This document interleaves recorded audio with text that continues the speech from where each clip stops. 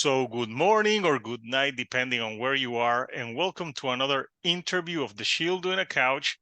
I'm your host, Hector, and today we have Sam Riffer, and he's the bassist for the Swedish band-Siena Root. So, Sam, how are you today? I'm good. You're good. So, I see you're in a band. I'm in a van. Yes, I'm in the band's van. Oh, nice. Yeah, I see you have great speakers. Is that the band that you use when you go on tour? It's gonna be. We just got it. so Oh, nice. So yeah, we're having the band for the first time here on the interview. So yeah, it looks cool. I like the speakers that you have right there. yeah, So we're here because the band Siena Root, they've been around since the 90s, and they're considered one of the Swedish bands that have brought like that classic rock sound. And I read somewhere that you consider yourself, you have a term for your type of music. It's called dynamic root rock. Can you elaborate on what dynamic root rock means to you? yeah, sure. It's funny. Everybody asks that lately. Before nobody asked. Now everybody asks. I I uh, I see it like you know we couldn't find a proper term that described the music. People call it hard rock, heavy metal, blues rock, psychedelic rock, and we were like, yeah, sure, some elements of this and that, but we found the term root rock to be more appropriate to what we do. Um, and then it's dynamic because we don't go like only hard or only soft. So the music is very dynamic. So then we found the term dynamic root rock to be suitable. At least we think so. Yeah, it makes sense because listening to the Revelations album, I heard a lot of like 70s rock, but also there's like some root bluesy, even like not reggae, but type of like vibe to it. So it goes through different stages, and especially the two singles that you chose. It's interesting because you chose the album opener and the album Yeah, closer as the single. So I yeah, thought it was interesting because the both are great tracks that you chose, and to me that's very important. You finished the album with "Keepers of the Flame," which is great. There's a great solo on it, like really bluesy, like you were just saying. And you open with "Coincidence and Fate," which is a more like 70s type of rocker song. So yeah, I like that I think it's very important that you picked uh like those type of songs like to end and to start the album. Why did you decide to have those two songs as the singles to present Revelations to the world? um actually the first single we did was a song called Little Burden.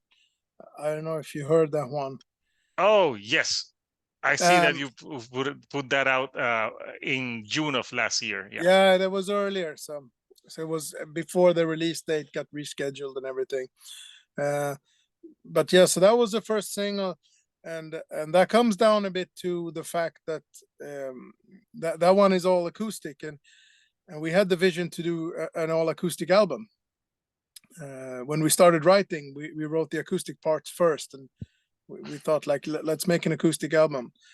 Then we wrote some heavy tracks, heavy riff tracks, as we usually do, and we really liked those, so we didn't want to exclude them just because we wanted to do an acoustic album. So we started elaborating with putting it together to an album that still fit together, where we incorporate the acoustic and the electric stuff. So that was a long way of answering that. First single was an acoustic track, and then we said like, okay, maybe now we go for maybe the heaviest track, which was Coincidence and Fate. So we released that as the second single, and then we thought like the third track, let's go with something in between that Yeah. to describe the album somehow. So then we went for Keeper of the Flame. Yeah, I don't know if it made sense. Yeah, it makes What you sense. were Yeah, because asking. no, it makes sense because you're presenting different sides of the band so people can hear and listening to your music. I can totally like imagine like being outside sitting around the campfire and you guys playing. Yeah. Like it's got those type of vibes to you, like for the band. So Revelations, why did you name why the title of the album, and what does it mean to you? Yeah, it's a good question. To us, it means, for us, the revelation was what I spoke about, that we went for acoustic material. We played only acoustic instrument. We wrote acoustic songs, and then we wrote electric songs. And when we managed to blend it together to what we thought uh, fit really well, that was the revelation to us. So we So thought it was yeah, a suitable title. yeah. For you as a bassist, is it harder to write acoustic songs than electric, or do you find that it's the same process? No, it's different for me. It's very different because I play a different. I play the upright bass when Hmm. we jam acoustic. So as a bass player, it's very different. I mean, I love to play the upright, but um, it's another challenge. It's another way of approaching the songs, and Yeah, and uh, the I arrangement, would I, I I would guess. Yeah. imagine that it's a bigger difference to go from electric bass to upright bass than to go from electric guitar to acoustic guitar. But maybe not. Maybe it's the same. I think it was a challenge in a good way for all of us. Also for Love, he wasn't playing his normal drum kit. He was playing, working with all types of different percussion when we did the acoustic stuff. And also for singing, it's not, high pressure. What should you say? Power vocals the same way. So I think it was a good challenge for all of us to make the acoustic stuff.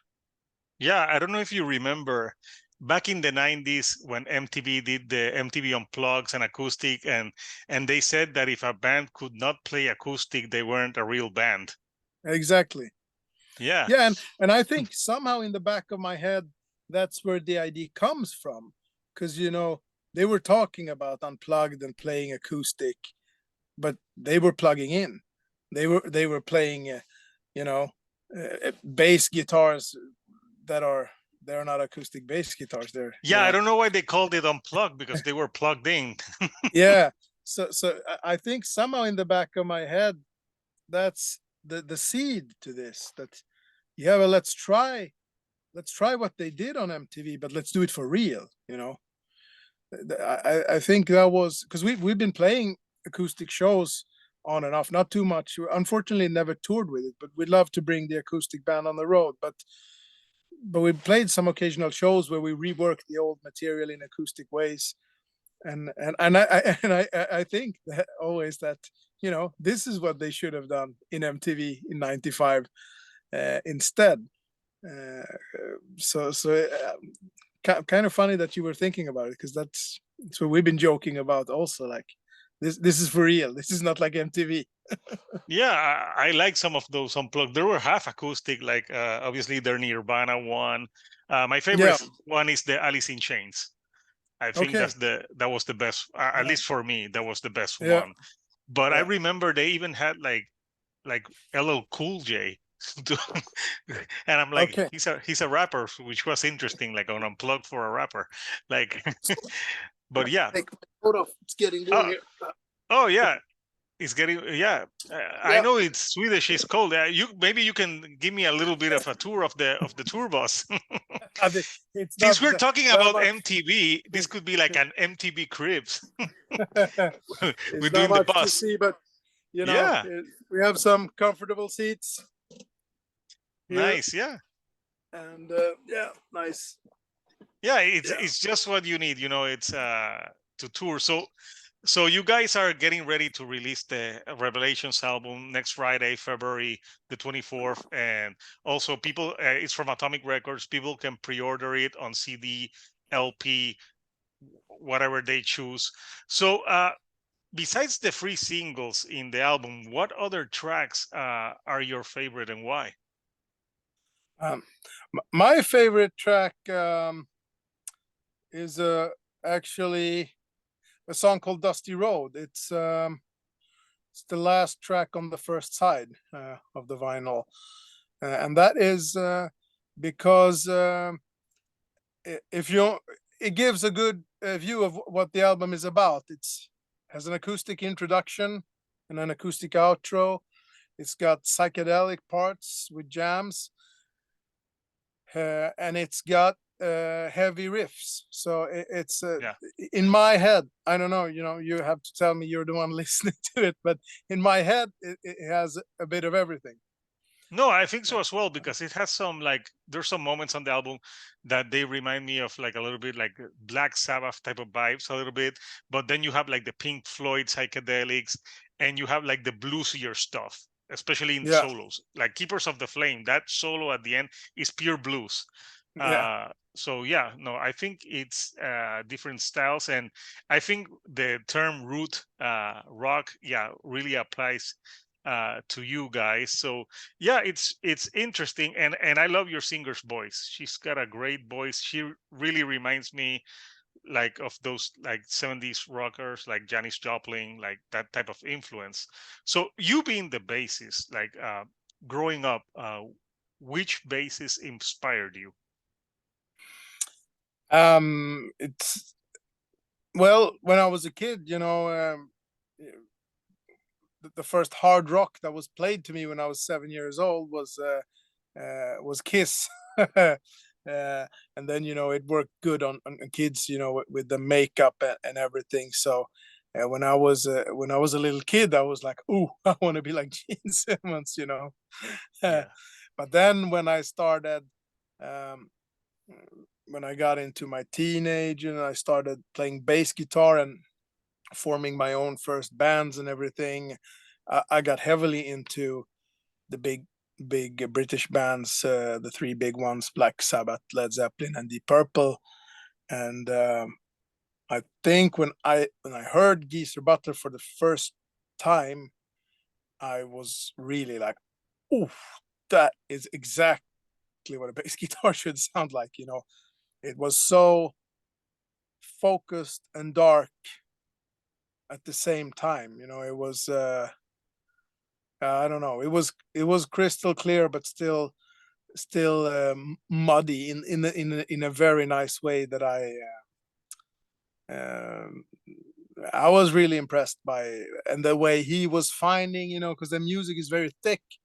They and they play the riffs, but he was finding all those gaps between the guitars and drums. Everybody was filling everywhere in that band, but he found the spots to make his fills all the time. So musically, in my early years, I think he was the biggest influence. Yeah, and I think a lot of people, when they remember Black Sabbath, obviously they think of Ozzy and Tony Iommi. But yeah, I think Geezer Butler is massively underrated, and his bass sound, like you said, was very influential in their sound. So yeah, it's interesting to hear you the influence that you guys have. So you're going on the road soon. So the plans are you're releasing the album on the 24th. When are the shows coming? I mean, the first thing we do is a release party in Stockholm, the 23rd, the day before, at Nice. Warner Music Stockholm. Uh, and then we're gonna show this because we made a movie, because we had also wild ideas in the beginning to make the album a visual album. So we did a road movie that contains all the music from the album, and that movie is going to be released the same time. It's called Wheels of Revelation.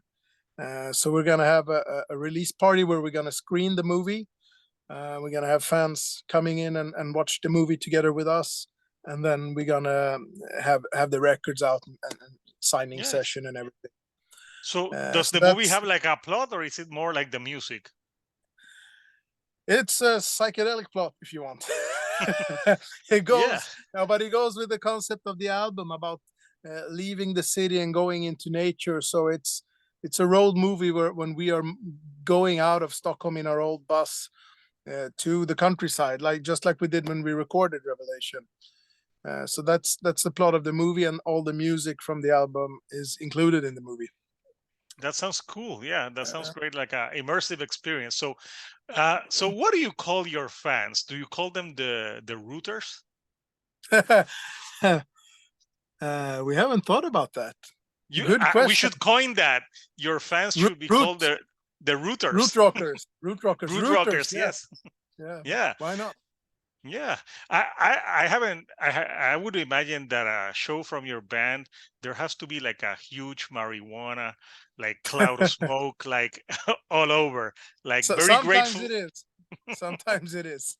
very grateful dead. Like for you, like when you're playing and like let's say that everyone's smoking and stoned, does that affect the performance? Are you like, or do you like get, or is it like part of the vibes? Now I don't know. I don't think it affects the performance in a direct way, but it's of course it affects the vibe, and it can get you in a good mood, and of course, unless people are too stoned, you still prefer when the audience are listening to what you're doing. But no, I have never seen it Yeah. as a problem. Rather, yeah, rather Yeah. a good vibe. When You're not people have, gonna, you won't do like a Bruce Dickens song. Like he had like a concert, someone was smoking and he's like, get out, and like he no, got angry. I'm no, like, no, no. But I mean, the essential part is that people are having a good time, and that is, whatever ways they found to do it. It's gonna work for us. nice. So yeah, writing. So as a band, when you're writing Revelations, do you come up first with? Do you do like a? Are you do you all get together and do like a jam? Because you seem like the type of band that would get together and just jam stuff out. That's how we do it mainly. Most of our songwriting is based upon jamming. Occasionally, somebody writes a song completely at home and brings it to the band. Like I've written this piece. Can we try it? And we work it out together. But that's rare. The main way for us to write is jamming. Yeah, Somebody yeah. brings a riff, or somebody just comes up with a riff when we stand together. We jam on that. Somebody's like, hey, we can combine that with this, and somebody starts singing a melody, and or has a piece of lyric script down on a piece of paper or whatever, and and that's how we write for the most part. But Keeper So of the Flame is a good example of the opposite, because that was a song that Subaida had worked out pretty much on her own and brought to the rehearsal. Like, hey, I have this song, I have the lyrics, I have the melody, I have the chords. Can we try it? Sure. And we tried it, and worked the arrangement out together. But the song was written before, so it depends. But the normal stuff is jamming. yeah, so I'm gonna show the album artwork for people, so people can. So this is the album artwork for Revelation. So yeah, it's pretty simple. You know, it has the lines, the name of the band, and it has like a bus at the top. So yeah, I'm Yeah. guessing because you were saying that you were doing this like while going on the road and getting with nature. So it goes with the vibes of going with nature. Who, when you were thinking of an album cover, what did you think? Like, let's do just a simple artwork, and why why did you pick the colors that you have on the S? Like, do they mean anything, or is it just that they look cool? No, but it's also a good question. We wanted to do something different, because previously we've done um, album covers that we like very much, but like more in a psychedelic vibe, or with a photo of the band. And we said, this time let's try to make something different. Um, and so we said, okay, let's try something more minimalistic, something simpler, cleaner, Hmm. and we came up with this. And then when it came to color, we always start with the sienna color. All our albums are in the sienna tone, more or less. So we started that, and then we worked with colors that fit us and the music, you know, because we've the obvious color for hard rock is black, and we've never felt we are hard rock enough to only use black, you know. And then yeah, so we worked around the idea of what colors represent our music. Okay, yeah, that makes sense. Yeah. And yeah, I think the colors, yeah, it shows very like grass hippie-ish type of roots, like you're playing. Because I remember very old albums, they use those colors. Yeah, like metal is all like black or dark or like green colors or something that looks evil. But yeah, it goes with the music that you guys are making. And when you guys are playing live, do you like are the type of band that likes to change arrangements live and just like go with a like huge solo instead of like playing note for note? Yeah, yeah, we definitely leave a good a good part of our show to improvisation and to openness. We don't want to play the same concert every night. We want the fans to be able, the rooters, to The rooters, be yeah, able we're calling them the rooters now. to yeah, we want them Oh, I can to see you catch it. now. No, because it's somebody's trying to call. I'm gonna park it. Here we go.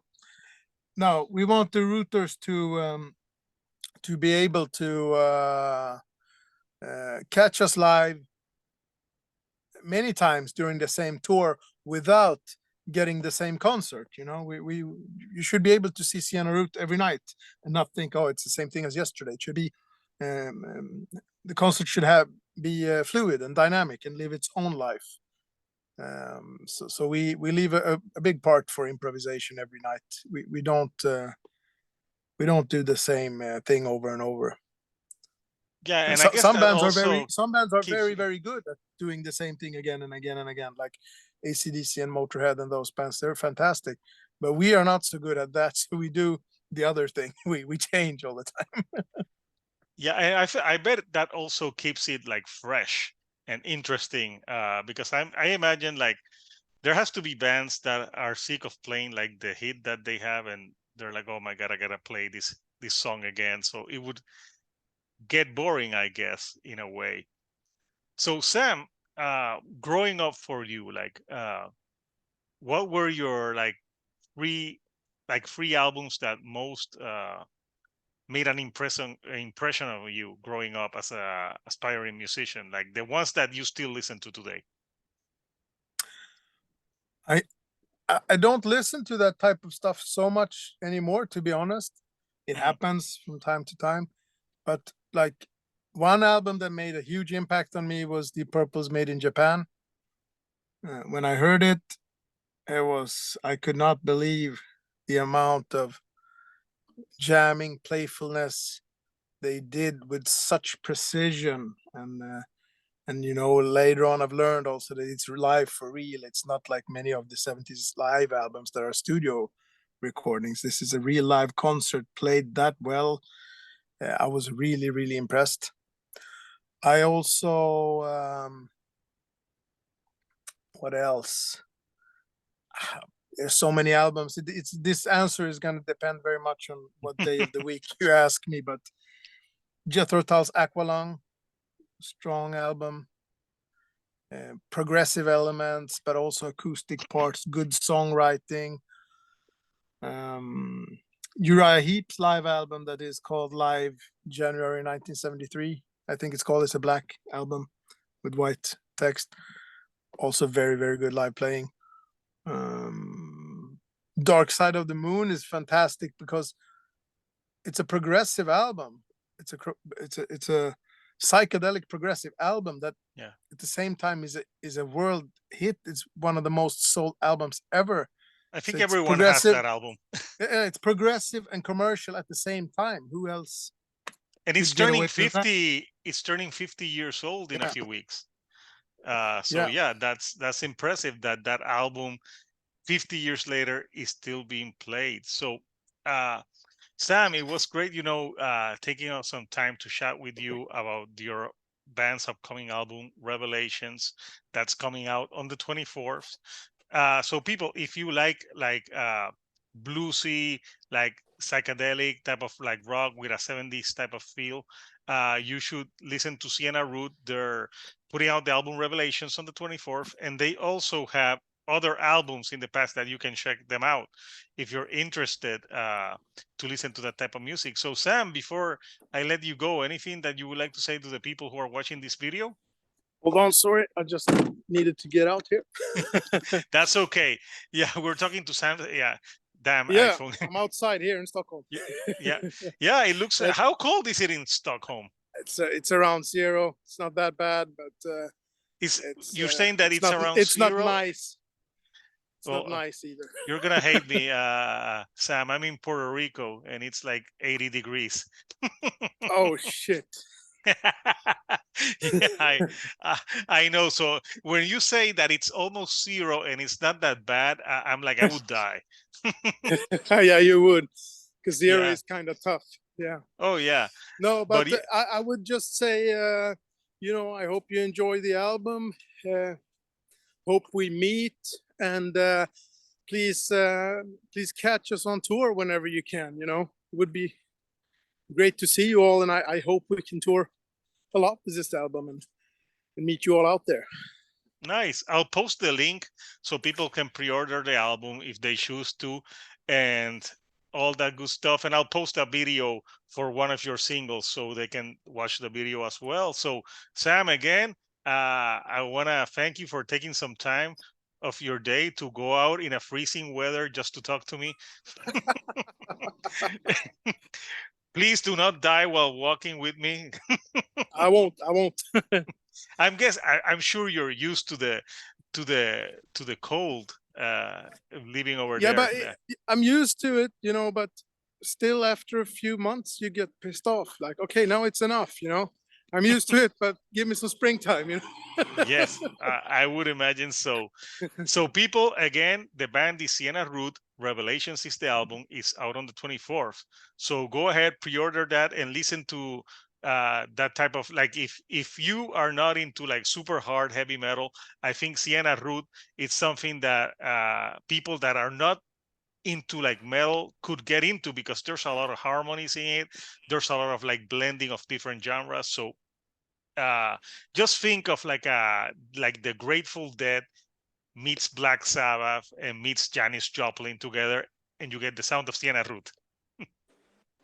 And one more thing, give us a call when we can come and play in Puerto Rico. That would be Oh lovely. yeah. In Puerto Rico, like we have a lot of rock bands come here. We have a tiny club called La Respuesta, which is the response, and yeah, we do have a Friday metal scene here in Puerto Rico. So yeah, it would be cool if you guys play here. Plus, you won't be freezing.